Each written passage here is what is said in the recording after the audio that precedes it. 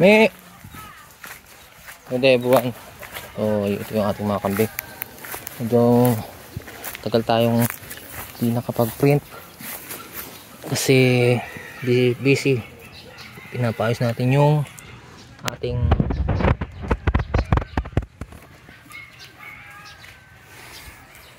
ito yung ating mga kambing. So hindi pa sila binili. Nga, may pinapaayos tayong kulungan ng mga alaga natin pag bumagyo. So doon natin sila ilalagay. Tapos pinapalitidaan na rin ni mother yung mama yung pinaplasteran niya na yung bahay. So ito yung update sa ating mga alaga. Yung gansa, tumigil yung pangingitlog nila kasi nagalaw ko. Yun pala yun, pag nagalaw yung itlog ng gansa titigil.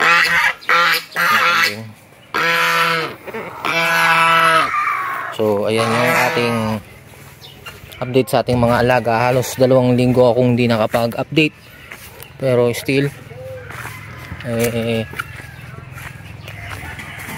dito na sila sa area na kung saan medyo madamo.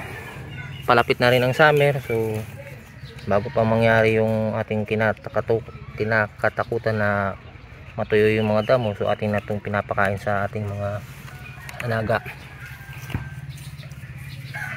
Yung ating update, so lahat na ating na ikukwento yung sa video na to, sa episode, sa pinaka content ko ngayong araw. Yung ating pabo na napilay magaling-galing na rin.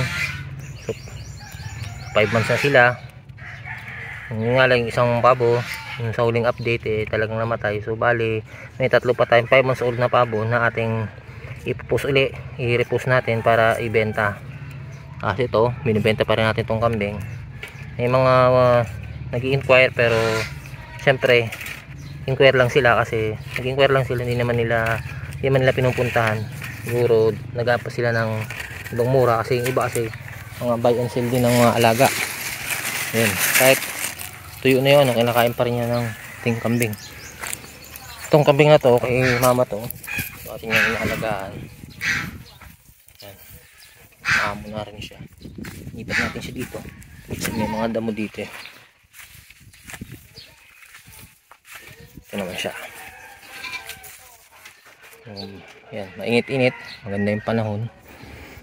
Lalaki na yung ating mga manok, pati yung mga gansa. Nangingitlog na rin sila, yung ating mga heritage chicken, which is good. Yan, pinutol natin muna yung video kasi tinali natin. So ayan, tumutubo na rin ibang gulay na yung latong, ang gapi. Yan yung gulay natin, tumutubo na rin sila. Yun yung ating mga pabo, mga para mangingitlog na yan. So punta natin yung pinaplasteran na bahay kasi halos 5 taon na kami dito nakatira. Hindi naman tapos pa yung bahay.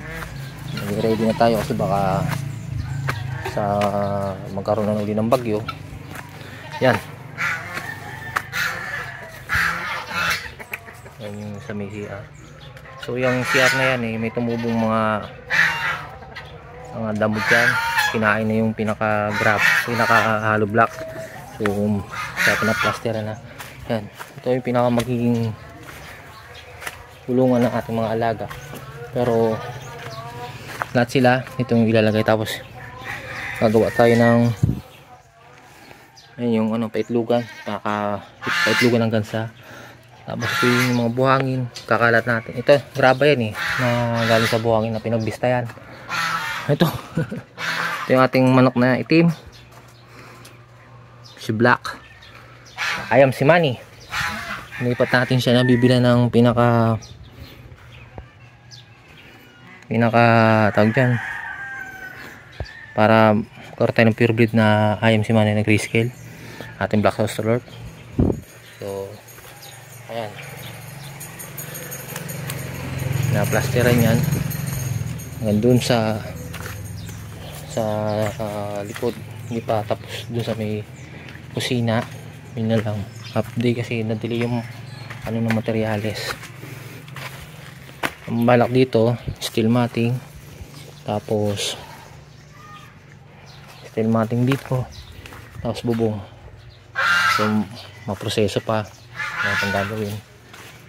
So temporary ganyan muna kasi ang purpose ngayon mga materyales. Ito yung bagong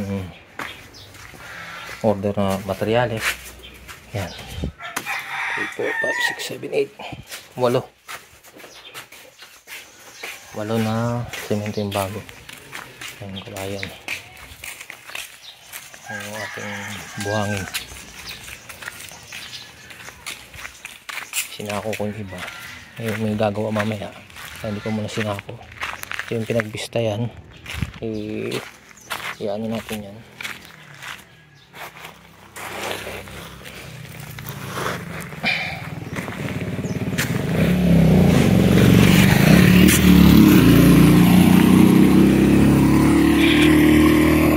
Basta yung mga pinagbista yan ng buhangin, nilipat natin doon, pati doon sa may likod ng kulungan ng mga manok.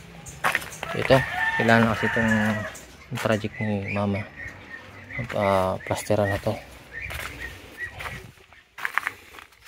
Maganda na dito, walang naka ano sa kulungan, walang naka quarantine. So yun, yung ano yan, konti na lang tatapusin. Laki ng kinain dyan kasi halos na siya nasira nung mga halaman na ganito. Ito yung tumubo sa labas ng CR. So nasira yung halos, parang kinain na ng ugat nito. Ayan, laki ng hinabog na plastering. So ayan, maayos na. Ito steel, gagawin pa rin natin tong kulungan ng mga pabo. Kasi yung gansa doon natin nalagay. Natigil yung pangingitlog ng ating gansa kasi nagalaw ko, pero okay lang, mangingitlog pa rin naman yan. Tabaan niya na, mga manok nangingitlog na. Ayun lang yung update, manok ni Papa yan, Papa ni Mrs. Ayun yung update sa ating tawag dyan, sa ating mga alaga. So ayun lang, so don't forget to like, share and subscribe. Salamat po.